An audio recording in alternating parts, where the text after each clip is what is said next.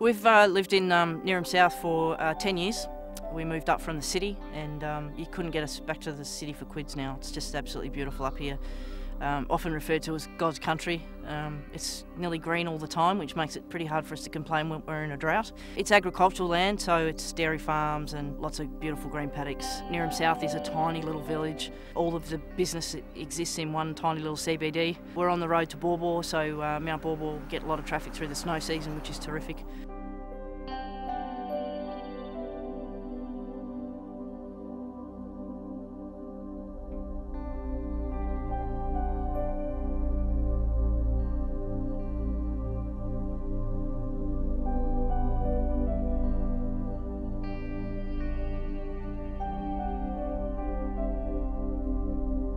We sell basic cafe food. We're open 7 days a week from 8 till 5.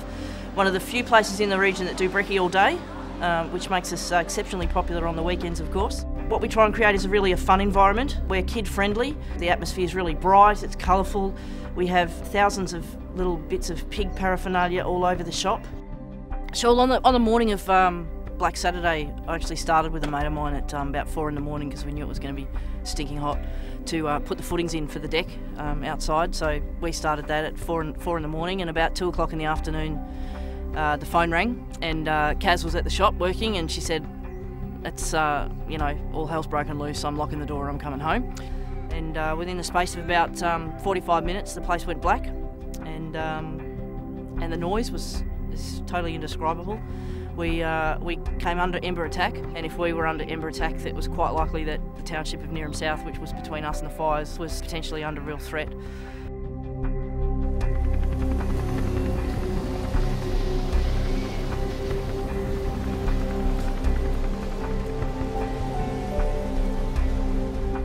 We woke up Sunday morning, eerie silence, really strong smell of burning in the air, and we sort of just kind of then realised, wonder if the shop's even standing. That was really when it kind of hit us. We got up there on that Sunday morning to find it was still there, so that was great. It was only then that we got a kind of really good idea of just how close it had come, because just behind the shop, as it had come up through Larbatouche and Jindavik, it was really pretty close and pretty scary. For us, there was really never a question that we would close the door and walk away. So we were just determined to put together every resource we possibly could to get through. The hardest part about it was just not knowing how long it would take. We thought within a matter of, a day or two, it'd kind of be life back to normal, business as usual. So that's kind of what we geared up for. We took the Sunday off, we didn't trade on the Sunday, and we were there first thing Monday morning, ready to get going. It was really quite incredible. We had nearly 13 weeks of no trade, which was totally unexpected, especially when we weren't directly affected. As the term became, you were either directly affected or not directly affected. The first probably 8 weeks after the fires, we opened purely as a community service. We probably had about 20 locals, fireys, come in and out and get coffees during the day, and that was it. There's kind of that whole guilt thing about some people through the fires have gone through some pretty devastating times, so for people to start come out and actually doing things, there was kind of that hesitancy, like catching up with my girlfriend for lunch. How can I do that while there's people that don't have a house and people who've lost lives? So it was about us being able to send a message that you have to continue to support business, life goes on, but we participated in a lot of things that were actually assisting bushfire victims. All of the focus was obviously on the towns that had been directly affected, loss of life, loss of houses, and that kind of recovery, which is to be expected. So the not directly affected situation just kind of blended into the background, and so there was really not a lot in the media or available from agencies even for those people that weren't basically out on the street with nowhere to live.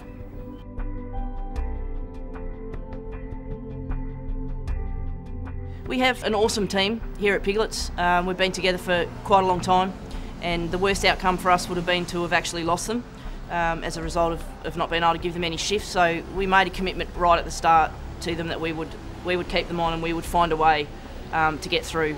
So over the space of the next month, the outpost had to serve 7,000 meals to keep all of the fireys, the chopper drivers, everybody fed.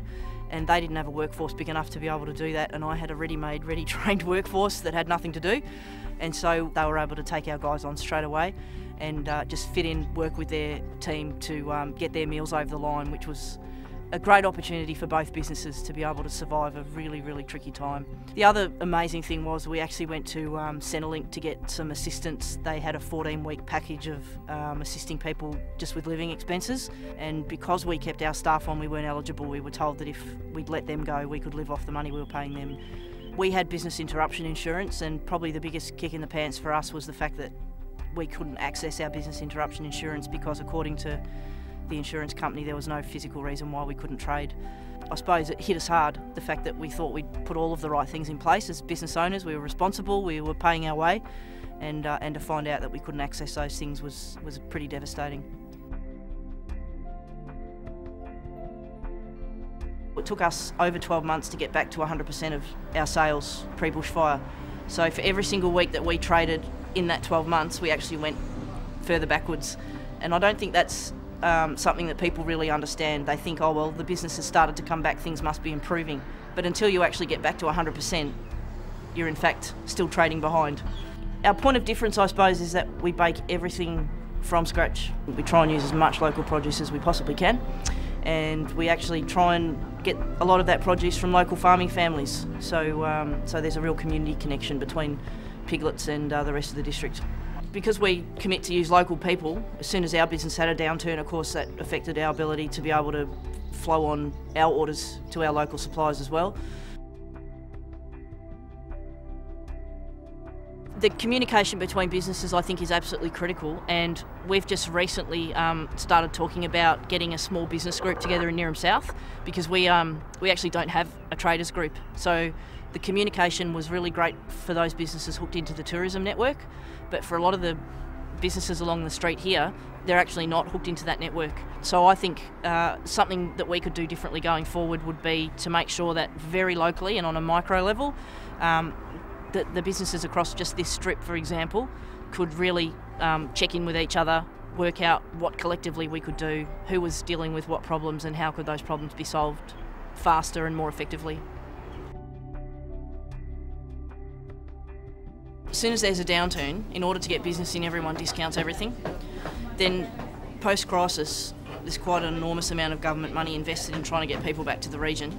So all the operators have this enormous opportunity to go in things like Epicure and the Herald Sun and the Age and the travel sections, except because they've discounted their product so far, it's very difficult for them to come up with an attractive special.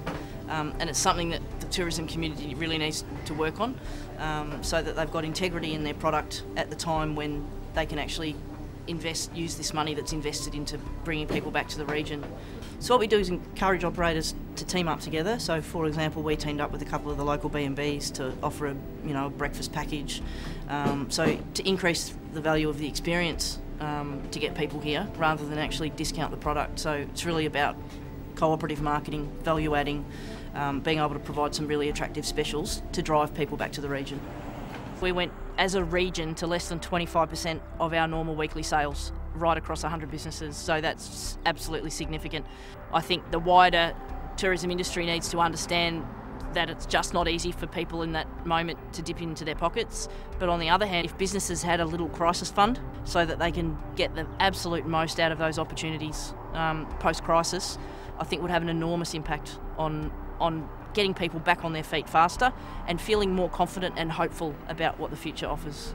That commitment we made to keep our team together made us absolutely focus on solutions. There was just no option that we would just sit down and give up. So therefore we were determined every day to come up with whatever we possibly could to keep going for another day and another day. And I think that had a significant impact on our ability to stay positive, keep looking to the future with hope, and know that we were actually going to come out all right on the other side, however long it took. From a personal point of view, in hindsight, our biggest learning was the fact that we never want to be there at the time if something like this happens again.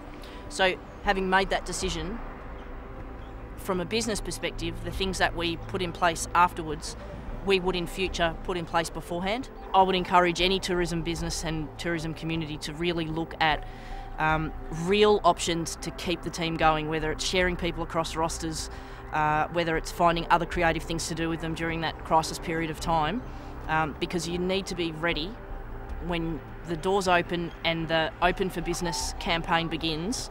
You've got to be ready to be able to give those people a great time and encourage them to return.